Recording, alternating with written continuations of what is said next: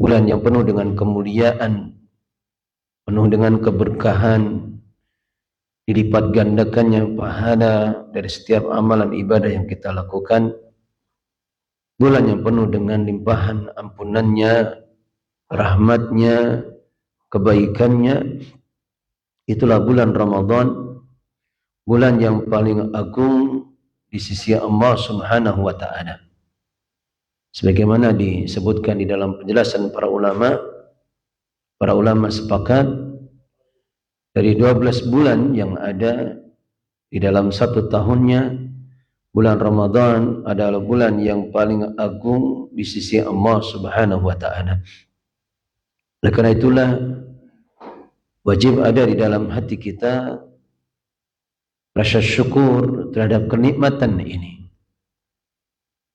Masih diizinkan untuk bisa bertemu dengan bulan Ramadan dalam keadaan ada sebagian di antara saudara-saudara kita yang tidak diizinkan untuk bisa bertemu dengan bulan Ramadan di tahun ini.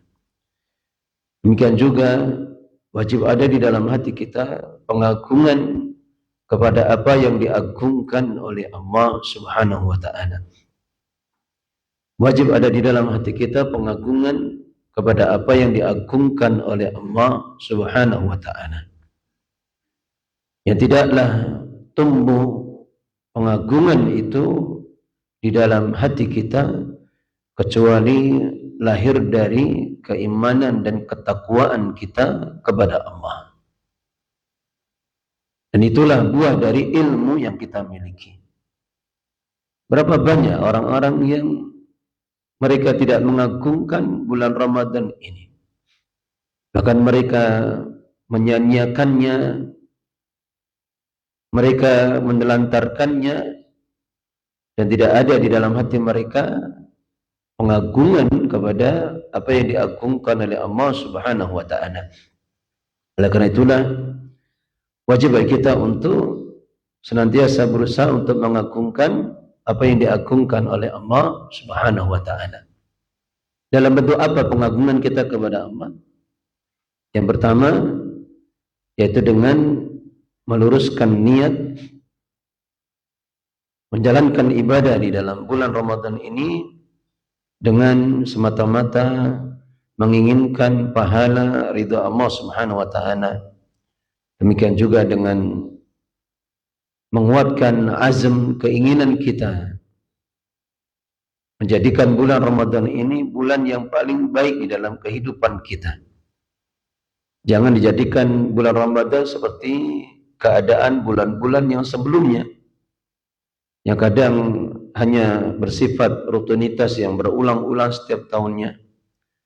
Demikian juga berusaha untuk menjalankan ibadah-ibadah di dalamnya, baik ibadah-ibadah yang wajibnya maupun ibadah-ibadah yang sunnahnya. Dan insya Allah untuk nasihat-nasihat ini nanti kita akan lebih rinci lagi di dalam pembahasan nasihat setelah salat tarawih. Dan insya Allah sebagaimana sudah diumumkan pada kesempatan kajian kita sore hari ini, kita akan memulai untuk bersama-sama mengkaji salah satu kitab yang memiliki banyak manfaat, yaitu kitab yang berjudul Al-Ilmu Wasailuhu Wasimaruhu. Wasilah-wasilah untuk bisa meraih ilmu dan buah-buah yang indah yang akan bisa dipetik atau dirasakan oleh orang-orang yang mencari ilmu. Dan pembahasan ini ingin kita kaji agar semakin menumbuhkan di dalam hati kita kecintaan kepada ilmu. Semakin menumbuhkan di dalam hati kita keinginan untuk meraih kemuliaan ilmu. Karena tidak ada di dunia ini yang lebih mulia melebihi dari kemuliaan ilmu. Yang Allah Subhanahu wa ta'ala banyak memuji di dalam Al-Quran orang-orang yang berjalan di atas jalan ilmu. Sebagaimana juga Allah Subhanahu wa ta'ala mencela orang-orang yang tidak mencintai ilmu dan tidak senang berjalan di atas jalan ilmu. Sebagaimana keadaan dari umat manusia yang bisa kita lihat, betapa banyaknya orang-orang yang jauh lebih memperhatikan urusan-urusan dunia mereka, ilmu-ilmu tentang dunia mereka, dan berapa banyak di antara mereka yang lalai dari menuntut ilmu agama. Sebagaimana disebutkan di dalam salah satu ayat yang ada di dalam surah Ar-Rum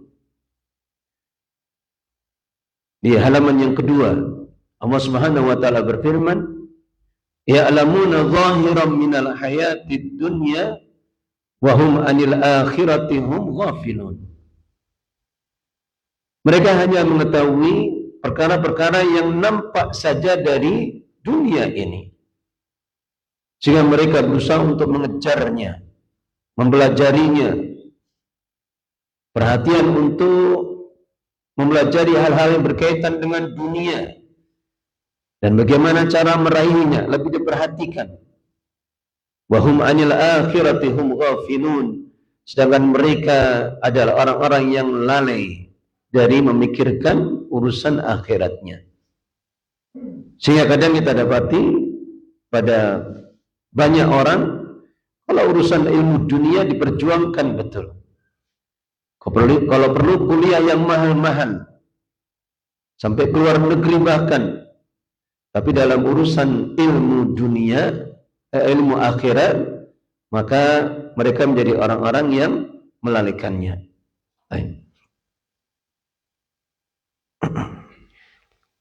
Kita akan baca mulai dari halaman kelima. Setelah beliau membacakan khutbatul hajah di dalam kitab ini, maka setelahnya kita akan baca muqaddimah dari beliau. Kata beliau, summa ayyuhal ikhwah fillah, kemudian wahai saudara-saudaraku yang aku cintai karena Allah Subhanahu wa taala, inna wa azza wa jalla qad ba'asa nabiyahu wa rasulahu Muhammadan basyira wa nadhira wa da'iyan ila Allah bi'idnihi wa sirajan munira. Sesungguhnya Allah Subhanahu wa taala telah mengutus nabinya dan rasulnya Muhammad sallallahu alaihi wasallam untuk memberikan kabar gembira dan memberikan peringatan. Dan Allah menjadikannya penyeru kepada agama Allah dengan izinnya. Dan Allah menjadikannya pelita yang memberikan cahaya. Ba'asahu bil haqqi kullihi, ba'asahu bid-dinil kamil. Allah telah mengutusnya dengan kebenaran semuanya. Dan Allah telah mengutusnya dengan agama yang sempurna. Liyudhhirahu 'ala dini kullihi walau karihal musyrikun. Agar Allah tampakkan agama ini, Allah menangkan di atas semua agama meskipun orang-orang musyrikun itu membencinya. Wa ja'alahu khataman nabiyyin wal mursalin. Allah telah menjadikan nabi kita adalah penutup dari semua para nabi dan para rasul. Fajahada fillahi haqqa jihadih. Maka Nabi SAW telah berjihad di jalan Allah dengan sesungguh-sungguhnya jihad. Wa addala amanah, telah menunaikan amanah. Wa ballagar risalah, dan telah menyampaikan risalah. Ma taraka min khairin illa dalla alaihi. Tidaklah beliau meninggalkan sesuatu kebaikan pun kecuali beliau telah tunjukkan, wa ma taraka min syarrin illa hadzara minhu. Dan tidaklah beliau meninggalkan satu keburukan kecuali beliau telah mengingatkannya. Wa ma mata sallallahu alaihi wasallam illa wa qad taraka al ummata 'alal bayda. Dan tidaklah beliau meninggal diwafatkan oleh Allah Subhanahu wa taala kecuali sungguh beliau telah meninggalkan umat ini di atas keadaan yang putih terang benderang, lailuha kanahariha, yang malamnya itu seperti siangnya, la yazigu anha illa halikun, tidaklah ada yang menyimpang dari jalan Rasul sallallahu alaihi wasallam kecuali dia menjadi orang yang binasa. Wa indama mata taraka mirasan adiman, dan ketika beliau telah meninggal maka beliau telah meninggalkan warisan yang agung. Ma taraka dinaran yafna, beliau tidak meninggalkan harta-harta uang-uang dinar yang pasti akan binasa.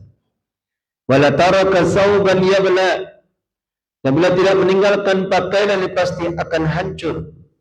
Wa inna ma taraka mirasan 'aziman yabqa, sungguh beliau hanya meninggalkan warisan yang agung yang akan senantiasa kekal.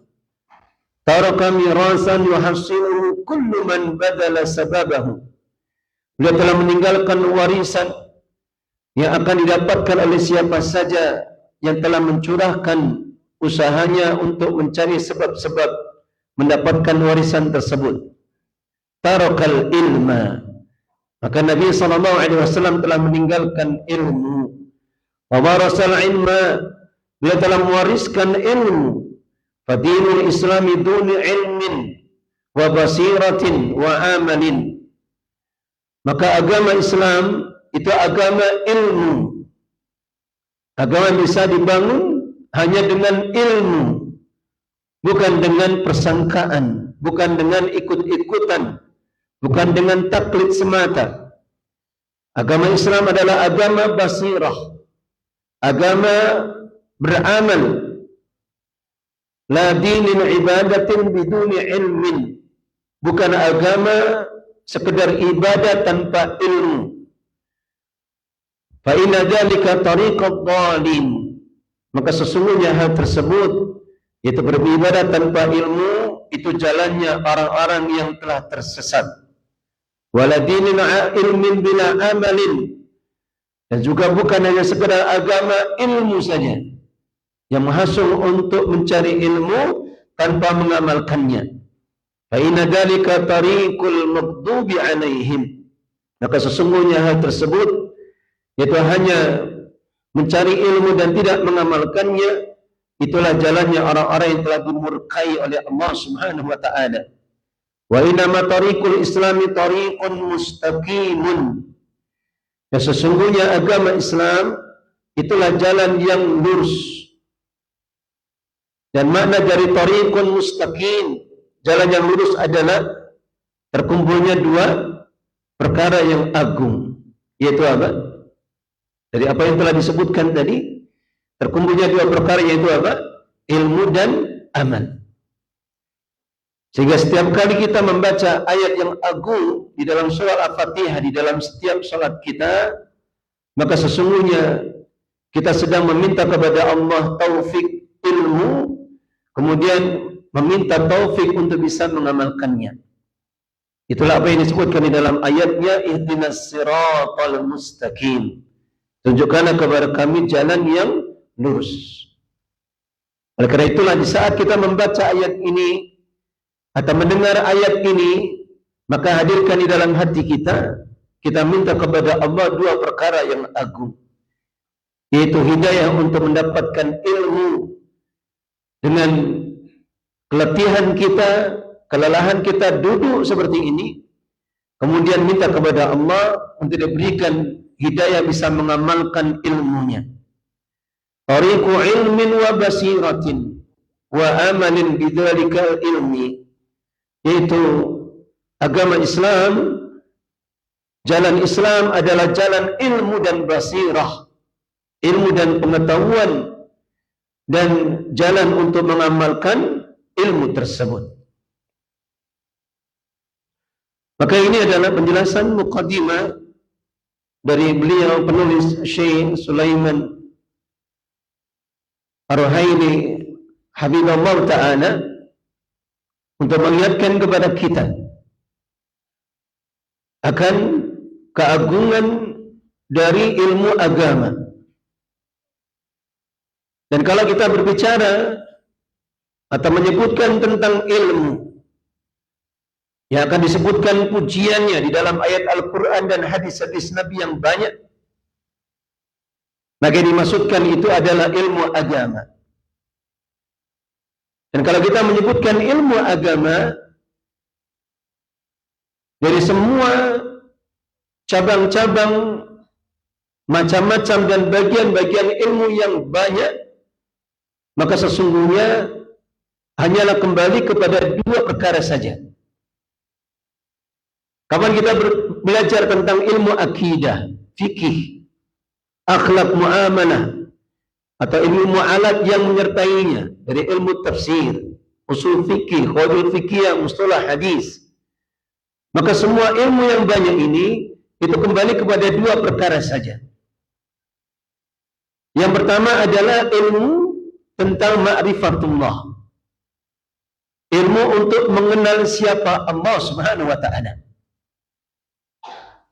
ilmu mengenal nama-namanya yang indah dan sifat-sifatnya penuh dengan kesempurnaan yang tidak ada sedikit pun kekurangan dari segala sisi. Sehingga tercakup di dalam makna ilmu ini berarti ilmu apa?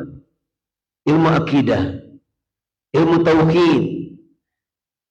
Maka ini ilmu yang paling penting, ilmu yang mengenalkan kita siapa Allah Subhanahu wa Ta'ala. Dan ilmu ini menjadi jalan hidayah yang paling besar, menjadi jalan hidayah yang paling besar.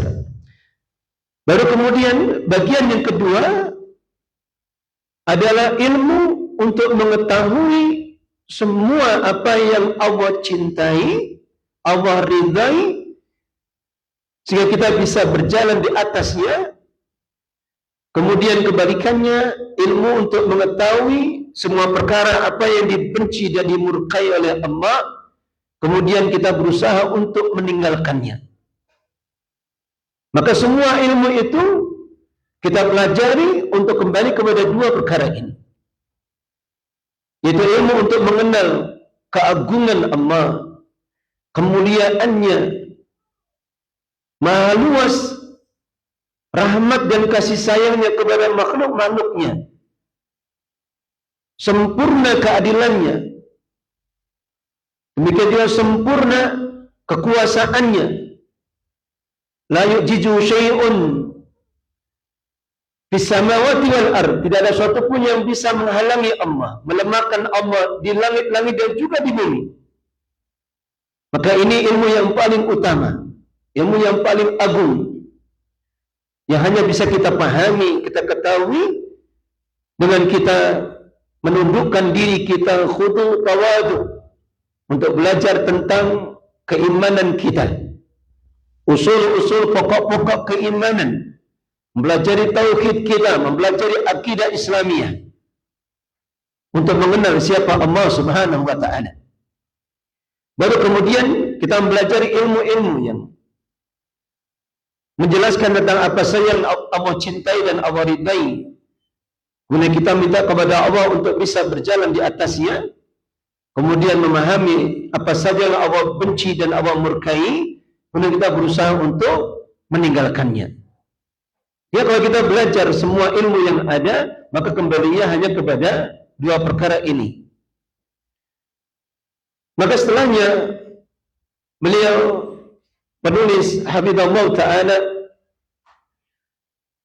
menyebutkan ayat-ayat Al-Quran dan juga hadis-hadis Nabi SAW yang menunjukkan kemuliaan dan keagungan ilmu agama. Yang pertama beliau sebutkan bahwa ilmu agama itulah ilmu yang bisa menumbuhkan khasyah, rasa takutnya hamba itu kepada Allah Subhanahu wa Ta'ala. Ya, Allah telah jadikan khasyah, khauf, Itu ibadah yang agung di sisinya. Itulah tanda bagusnya keimanan seorang hamba. Semakin hamba itu takut kepada Allah Subhanahu wa ta'ala, maka Allah akan semakin dekat kepadanya. Allah akan semakin bukakan pintu-pintu kebaikan dan keberkahan badannya. Sebagaimana disebutkan di dalam ayatnya, Allah Ta'ala berfirman, innama yakhshallaha min ibadihil ulama. Sesungguhnya yang takut kepada Allah Subhanahu wa ta'ala di kalangan hamba-hambanya, merekalah para ulama. Merekalah para ulama. Ulama itu artinya alimun. Jamak dari alimun, orang yang berilmu. Hamba yang takut kepada Allah itu dikarenakan buah dari ilmunya tentang agama ini. Ilmu tentang keagungannya, kemuliaannya, kekuasaannya. Ilmu tentang sifat-sifatnya yang maha sempurna. Maka itulah yang bisa menumbuhkan rasa takut hamba itu kepada Allah. Dan semakin takut hamba itu kepada Allah, semakin Allah bukakan pintu-pintu kebaikan. Semakin dilembutkan hatinya. Semakin dikaruniakan kepadanya kenikmatan-kenikmatan di dalam keimanannya. Dan juga ketundukannya untuk menjalankan setiap perintah-perintahnya dan menjauhi setiap larangannya. Oleh karena itulah, ketika kita berletih-letih, berlelah-lelah untuk duduk di majelis ilmu, meluangkan waktu kita, kesibukan kita untuk duduk di dalam majelis ilmu, itu tujuannya agar semakin tumbuh rasa takut kita kepada Allah Subhanahu wa ta'ala. Sehingga ujung-ujungnya, puncaknya, kalau hamba itu sudah ditumbuhkan rasa takut di dalam hatinya, maka puncaknya adalah apa? Allah akan memberikan kebahagiaan kepadanya. Allah akan memberikan kebahagiaan kepadanya. Sehingga menjadi perkara yang aneh sekali. Setiap orang itu pengen dia bahagia di dalam kehidupannya, tapi malas untuk menuntut ilmu. Dia pengen bahagia di dalam kehidupannya, dia tidak mau berlelah-lelah di dalam menuntut ilmu. Di dalam menghafal Al-Quran, menghafal hadis-hadis Nabi-Nya. Bagaimana dia bisa merasakan kebahagiaan di dalam kehidupannya kalau dia tidak mau mencari ilmu? Karena orang yang tidak punya ilmu pastilah tidak akan pernah ada di dalam hatinya pengagungan kepada Allah. Tidak ada rasa takut kepadanya. Tidak Allah tundukkan dirinya untuk senantiasa berada di atas jalannya. Maka ini tujuan yang agung dari kita mencari ilmu agama. Dari kita menuntut ilmu agama. Kemudian ayat yang kedua, dia sebutkan di dalam surah Al-Mujadalah. Kalau tadi dalam surah Fatir ayat 28. Sekarang dalam surah Al-Mujadalah ayat 11. Allah Subhanahu wa ta'ala berfirman, yarfa'illahu alladhina amanu minkum walladhina utul ilma darajat. Allah akan mengangkat orang-orang yang beriman di antara kalian dan orang-orang yang berilmu beberapa derajat, melebihi dari kebanyakan manusia. Allah akan mengangkat derajat orang-orang yang beriman dan orang-orang yang berilmu. Artinya kemuliaan hamba itu, terutama di sisi Allah Subhanahu wa ta'ala, Allah letakkan di atas pemahaman dia akan ilmu agama dan buah dari ilmu, dari tumbuhnya keimanan yang benar kepada Allah Subhanahu wa ta'ala. Sehingga kemuliaan seorang hamba itu akan terletak pada sisi semakin pahamnya dia akan agama dan semakin tunduknya dia kepada Allah Subhanahu wa ta'ala. Meskipun ketika di dunia ini Allah akan berikan keberkahan ilmu di dalam pandangan umat manusia atau tidak? Allah akan berikan kemuliaan seseorang dibandingkan yang lainnya dengan ilmunya atau tidak? Allah juga akan berikan itu. Sebagaimana keadaan kita.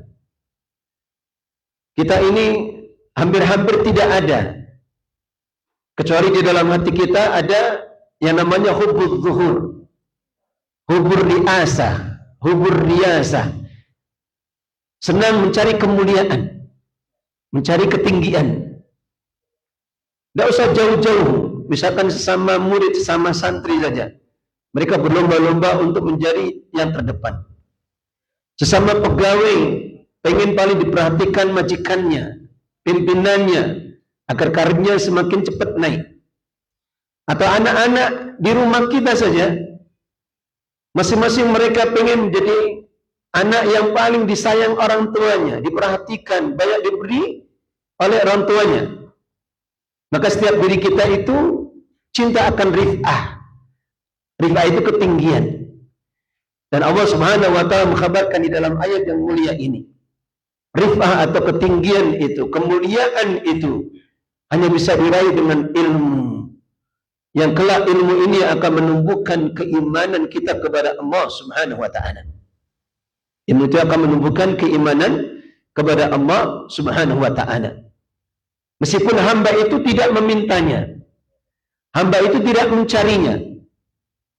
Karena kalau dikaitkan dengan pembahasan yang insya Allah kita akan kaji di dalam wasilah-wasilah untuk bisa meraih keberkahan ilmu, maka wajib bagi seseorang untuk meniatkan di dalam mencari ilmunya, mengikhlaskan niatnya semata-mata mencari ridha Allah Subhanahu wa taala.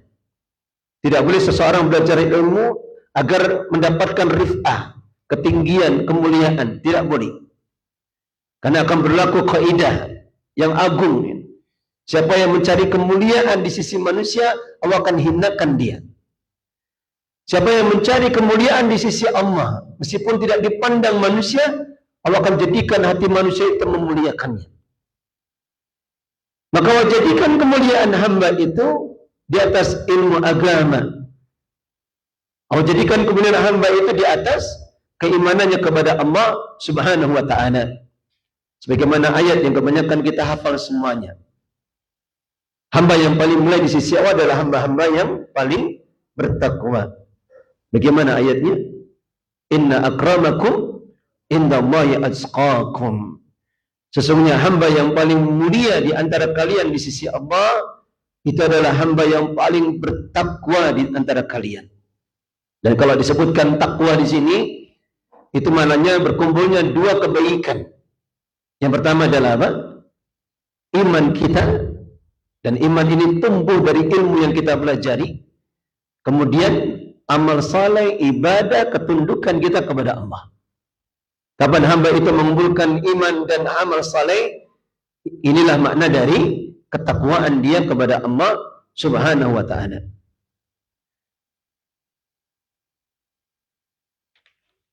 Kemudian disebutkan setelahnya Allah Subhanahu wa taala berfirman dalam surah Az-Zumar ayat 9. Qul hal yastawi alladziina ya'lamuuna wal ladziina la ya'lamuun. Katakanlah, apakah sama orang-orang yang berilmu dibandingkan dengan orang-orang yang tidak berilmu? Maka istifham di dalam ayat ini itu disebut dengan istifham ingkari. Istifham pertanyaan yang tidak butuh jawaban. Kenapa? Karena jawabannya pasti apa? Tidak. Karena pasti jawabannya apa? Tidak. Ya tidak akan sama. Orang yang berilmu dan orang-orang yang tidak berilmu. Tidak akan pernah sama itu. Jangankan manusia. Bahkan pada hewan, Allah Subhanahu wa taala juga membedakan mereka.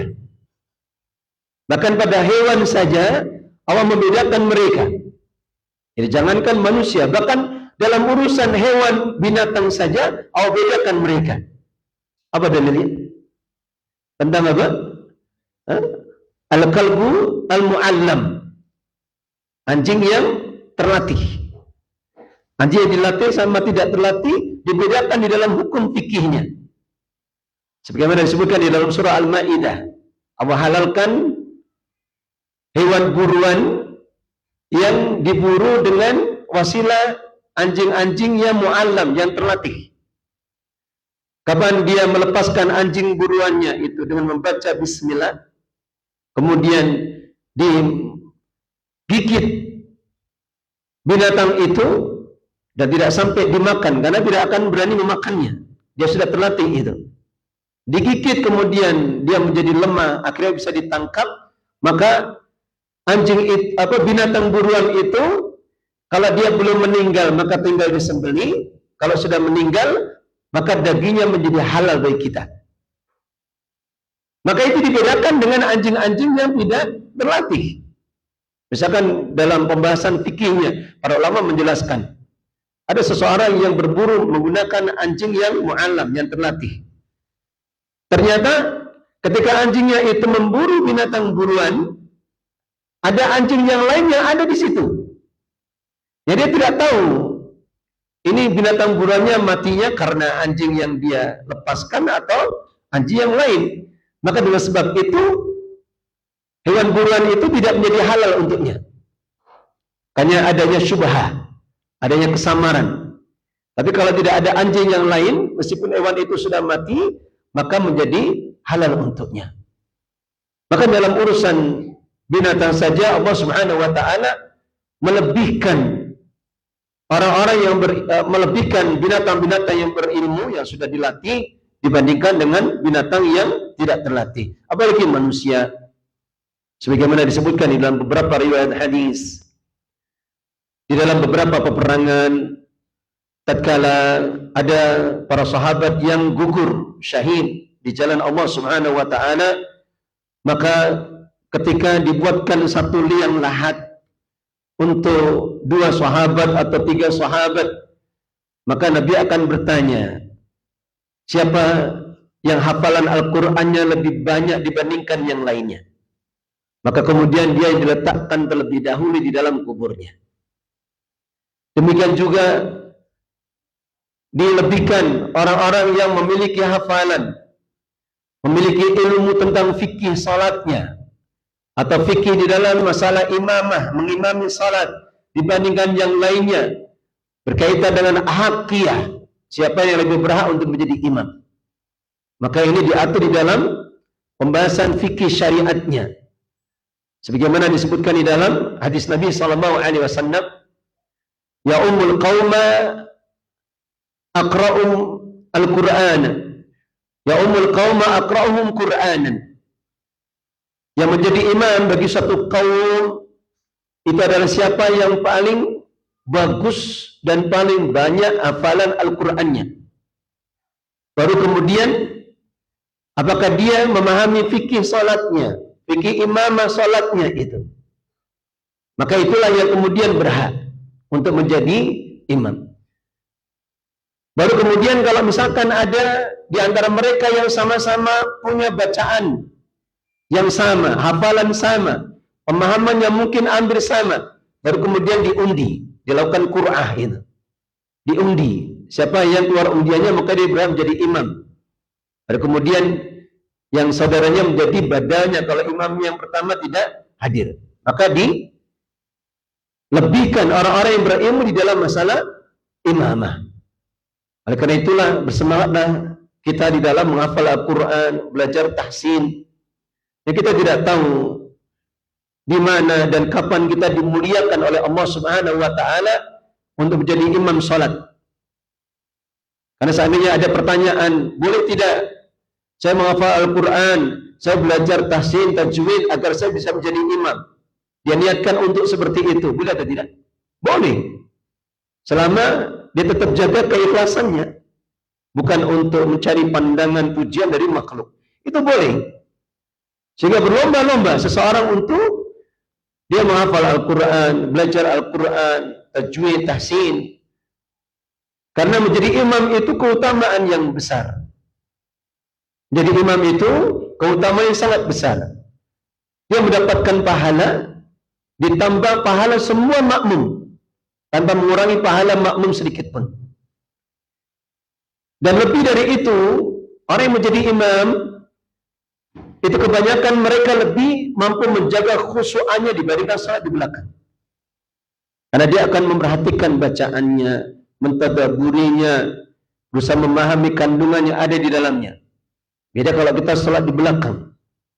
Apalagi kalau bacaan imamnya keliru-keliru. Ini malah tersibukkan. Oh, ini bacaan imam kurang guna. Oh, ini makhrajnya keliru dan sebagainya.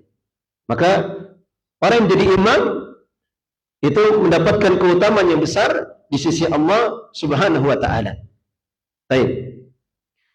Kemudian ada beberapa ayat yang tidak disebutkan oleh beliau di sini, tapi ada di dalam ayat-ayat Al-Quran yang menunjukkan keutamaan yang agung dari ilmu dan kemuliaan orang-orang yang memilikinya.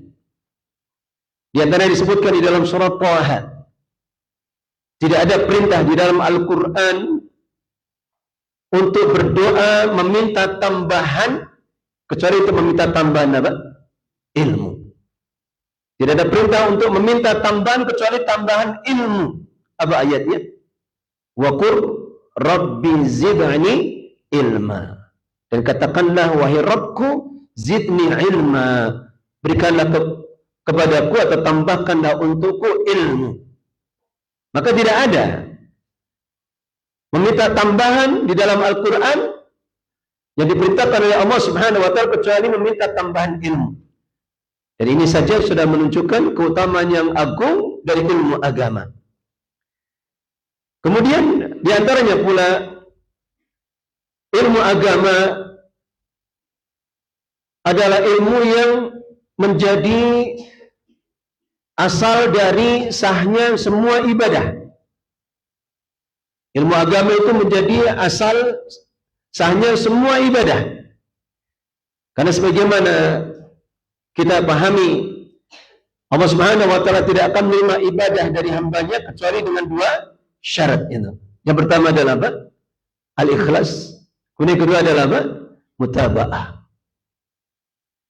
Maka pada kalimat mutaba'ah itu maknanya beribadah sesuai dengan apa yang dituntunkan oleh Nabi kita Muhammad sallallahu alaihi wasallam. Apakah bisa kita ketahui tanpa kita menuntut ilmu? Tidak akan tahu. Apakah bisa kita memahaminya tanpa kita belajar berletih-letih dulu di dalam majelis ilmu? Tidak akan mungkin bisa. Meskipun sebetulnya syarat yang pertama pun ya tidak akan mungkin bisa dipahami, diwujudkan, diraih kecuali dengan jalan ilmu. Karena seseorang tidak bisa mewujudkan keikhlasan di dalam setiap ibadah kecuali dia memahami perintahnya, memahami keagungannya, memahami sebab-sebab terwujudnya keikhlasan itu. Berapa banyak orang-orang yang tidak dikaruniakan sifat keikhlasan di dalam setiap amalan ketika dia tidak mempelajari keikhlasan itu sendiri. Berapa banyak orang-orang yang masih mencampurkan di dalam amalannya itu riya, menginginkan pujian kepada makhluk. Ketika dia tidak memahami tentang hakikat riya itu sendiri. Karena sebagaimana dikatakan oleh para ulama, di antara Imam Asy-Syafi'i rahimahullah ta'ala beliau mengatakan, la ya'lamu riya'an illal mukhlis. Tidak akan bisa mengetahui riya itu kecuali orang yang ikhlas. Sehingga kadangkala bisa jadi masih ada keburukan-keburukan niat di dalam diri kita tanpa kita memahaminya. Bisa jadi masih ada kekurangan di dalam keikhlasan kita dan kita tidak pernah mampu untuk memperbaikinya. Karena hanya mereka saja yang memahami tentang hakikat keikhlasan itu, itulah yang akan diberikan oleh Allah karunia keikhlasan di dalam hatinya. Dan dua syarat dari amalan ibadah ini disebutkan di dalam banyak ayat Al-Quran. Hanya saja kadang karena ibarahnya berbeda-beda, konteksnya berbeda-beda, karena kadang kita membaca tapi kurang untuk bisa memahaminya. Adapun ayat yang kebanyakan antum menghafalnya itu ada di akhir surah Al-Kahfi. Allah Ta'ala berfirman bagaimana? "Faman kana yarju liqa'a rabbih falya'mal amalan salihan wa la yusyrik bi ibadati rabbih ahada." Maka barang siapa yang mengharapkan perjumpaan dengan Rabbnya, maka hendaknya dia beramal dengan amal yang saleh. Apa makna amal yang saleh? Amal saleh maknanya amal dengan berittiba kepada Nabi. Amal yang dibangun di atas ilmu. Kemudian janganlah dia menyekutukan Allah dengan peribadatan kepadanya. Yang dia sekutukan makhluk di dalam beribadah kepada Allah Subhanahu wa ta'ala. Sehingga semua hasungan untuk wajib berittiba kepada Nabi sallallahu alaihi wasallam itu menunjukkan kemuliaan dan keagungan ilmu agama. Semua perintah-perintah di dalam Al-Quran maupun hadis mewajibkan kita untuk berittiba kepada Nabi, itu sekaligus menunjukkan kemuliaan dan keagungan ilmu agama. Sebagaimana disebutkan di dalam ayat di awal-awal pembahasan Al-Usul Salasah. Al-Imam Bukhari rahimahullah ta'ala menyebutkan satu bab khusus di dalam sahihnya, yaitu bab al-ilmu qabla al-amal. Allah Ta'ala berfirman di dalam ayatnya bagaimana? Fa'lam annahu la ilaha illallah wastaghfir li dzambik. Maka ketahuilah, ini perintah untuk mencari ilmu. Maka ketahuilah, carilah ilmu, yaitu tentang makna dari kalimat tauhid la ilaha illallah. Dan semua kandungan yang agung di dalamnya, baru kemudian Allah perintahkan untuk beramal.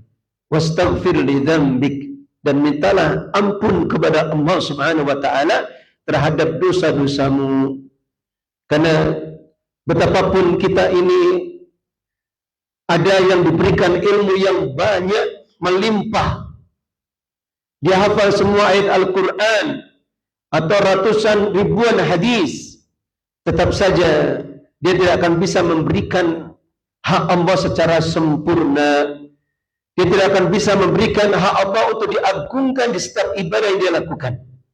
Oleh karena itulah Allah perintahkan di dalam ayat tadi, Allah perintahkan kepada kita untuk bertaubat kepada Allah Subhanahu wa ta'ala. Sebagaimana dulu pernah kita mengkaji tentang pembahasan istiqamah. Dalam sebanyak apapun ilmu seorang hamba, sebagus apapun keimanan ketakwaannya, tetap saja diperintahkan untuk meminta ampun kepada Allah Subhanahu wa ta'ala. Sebagaimana disebutkan di dalam ayatnya, Allah Ta'ala berfirman, "Fastaqimu ilaihi wastaghfiru." Maka beristiqomalah kalian kepada Allah, kemudian kalian beristighfar kepada Allah Subhanahu wa ta'ala. Sebagaimana apa yang terkandung di dalam hikmah, setiap ibadah yang selesai kita lakukan, maka perintah yang pertama kali dari Allah Subhanahu wa ta'ala kepada kita adalah meminta ampun akan kekurangan dari apa yang kita lakukan untuk memberikan hak Allah diagungkan di dalam ibadah-ibadah yang kita lakukan. Baik. Kemudian ayat yang lain dalam surah Al-Ankabut. Ini ayatnya saya tidak tulis tadi. Itu pujian dari Allah Subhanahu wa ta'ala untuk orang-orang yang berilmu. Allah Subhanahu wa ta'ala berfirman, "Bal huwa ayatun bayyinatun fi suduril ladina utul ilma. Wa ma yajhadu bi ayatina illa adh-dhalimun." Bahkan itulah ayat-ayat yang jelas di dalam hati orang-orang yang diberikan ilmu. Allah memberikan pujian kepada hambanya yang dadanya dia jadikan tempat menyimpan ilmu. Dia jadikan dadanya menyimpan ilmu, tempat menyimpan ilmu. Allah puji mereka.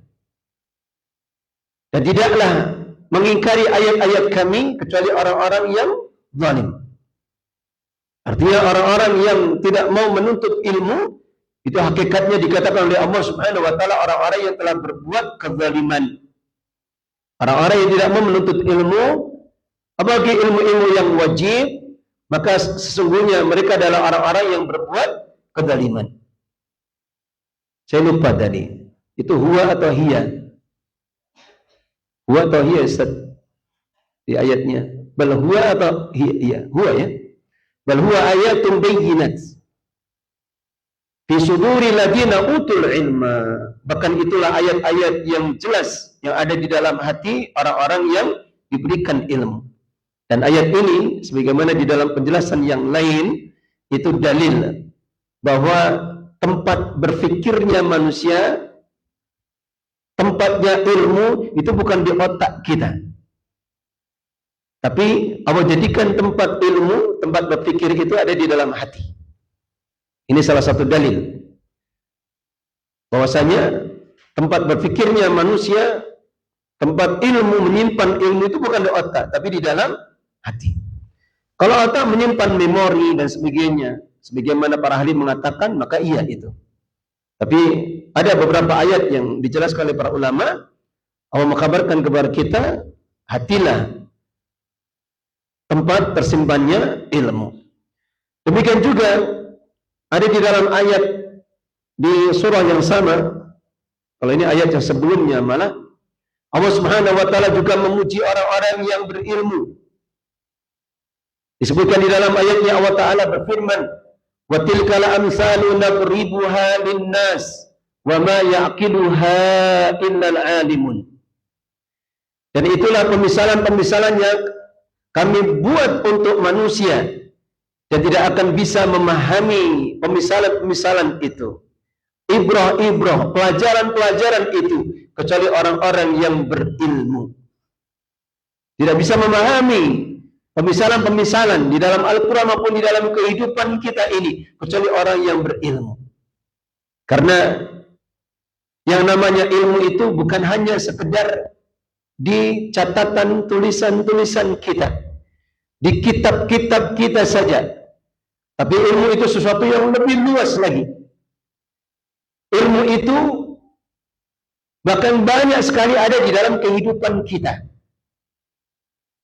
yang kadang dirasakan asar pengaruh kebaikannya pada diri orang-orang yang senantiasa bersabar berjalan di atas jalan ilmu. Yang semua diri kita pasti akan bisa merasakannya. Ketika Allah Subhanahu wa taala menjadikan ilmu seorang hamba itu memberikan manfaat untuknya, yang nanti akan dijelaskan oleh beliau di pembahasan setelahnya tentang ilmu yang bermanfaat itu, maka diantaranya Allah akan semakin perbaiki keimanan pengagungan kita kepada Allah. Semakin dijadikan hati kita semakin takut kepadanya, semakin dilembutkan hatinya, semakin diperbaiki akhlak-akhlak dan muamalahnya. Ini buah dari ilmu. Sehingga kadang ilmu itu Allah tampakkan di hadapan kita. Kita dapatkan bukan dari ayat-ayat atau dari catatan-catatan di dalam kitab-kitab kita. Tapi Allah tampakkan di hadapan kita ilmu-ilmu yang bisa menjadikan ibrah, pelajaran, tanbih, peringatan bagi kita. Sehingga kadang kita pun bisa merasakannya itu. Yang tadinya mungkin ketika dia belum bersabar di dalam mencari ilmu, dia tidak bisa menjaga lisannya. Ketika dia sudah mulai berjalan di atas jalan ilmu, setiap kali ketika ingin berbicara, seperti ada yang mengingatkan itu. Kamu kok ingin berbicara seperti itu? Memang kamu sudah pikirkan dulu akibatnya. Maka ilmu itu menjadi cambuk buat kita. Ilmu itu menjadikan cambuk bagi orang-orang yang ingin berbuat itu, ingin berbicara.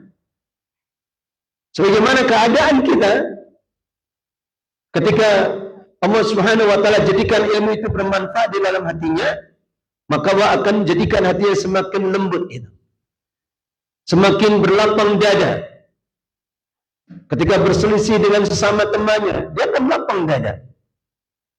Tidak ada faedahnya memperjuangkan ucapannya, pendapatnya, keinginannya itu. Selama itu perkara-perkara yang masih boleh-boleh saja, dia akan berlapang dada untuk memberikan keluasan kepada saudara-saudaranya itu. Dan itu adalah buah dari ilmu. Sehingga orang-orang yang diberikan ilmu, diantaranya dia akan bisa mengambil pelajaran yang banyak, yang berharga di dalam kehidupannya.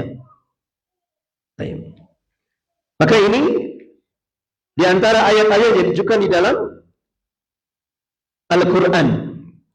Kemudian ada satu ayat lagi disebutkan di dalamnya bahwa ilmu itu adalah sebab keselamatan seorang hamba di dunia dan di akhirat.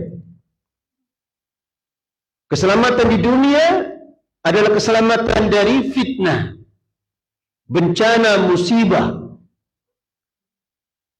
yang menimpa agamanya dari perkara-perkara syubhat dan syahwat. Syubhat itu perkara kesamaran yang menyelisihi usul-usul keimanan dari apa yang telah Allah turunkan. Adapun syahwat itu perkara-perkara yang akan mendorong, mengajak kepada kebinasaan.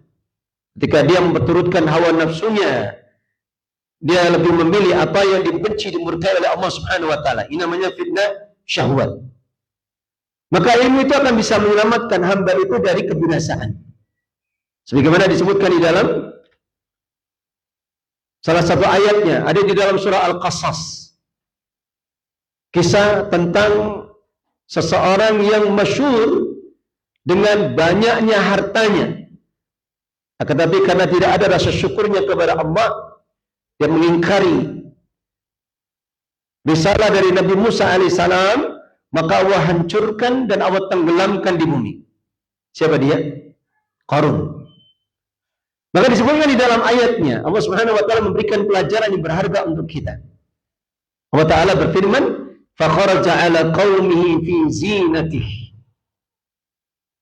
Maka Qarun kemudian keluar kepada kaumnya dengan perhiasannya, dengan pakaian kebesarannya, pengawal-pengawalnya, kereta kencananya, demikian juga harta-harta yang ditampakkan itu.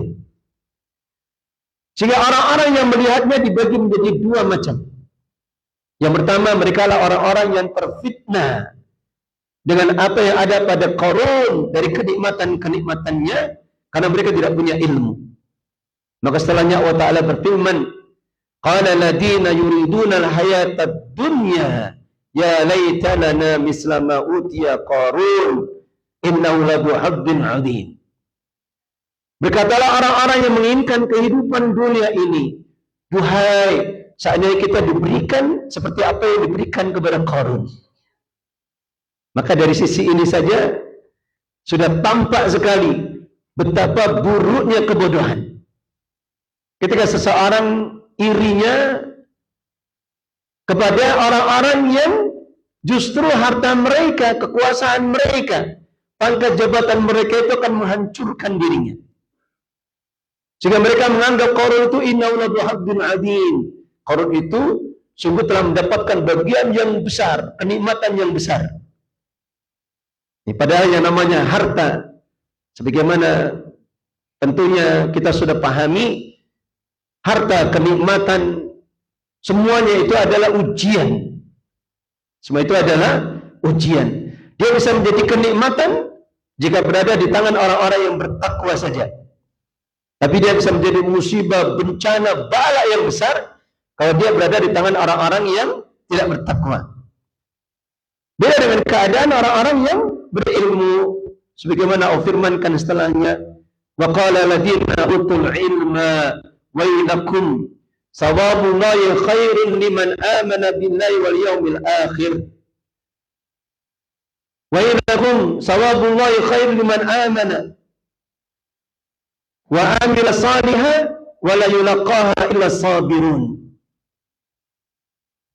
Maka orang-orang yang berilmu itu mengatakan pahala Allah itu lebih baik orang yang beriman dan beramal saleh. Pahala Allah itu lebih baik dibandingkan harta yang banyak itu bagi siapa yang beriman kepada Allah dan beramal saleh. Hanya saja Allah menutup ayat ini dengan nasihat yang agung, wala yulaqaha illa as-sabirun. dan tidak akan bisa meraihnya kecuali orang-orang yang bersabar. Tidak akan bisa meraihnya kecuali orang-orang yang bersabar, berletih-letih, berlelah-lelah belajar, menyelesaikan itu usul salasahnya, wajul arba, kitab tauhid, sedikit demi sedikit dia pelajari keimanannya, tauhidnya.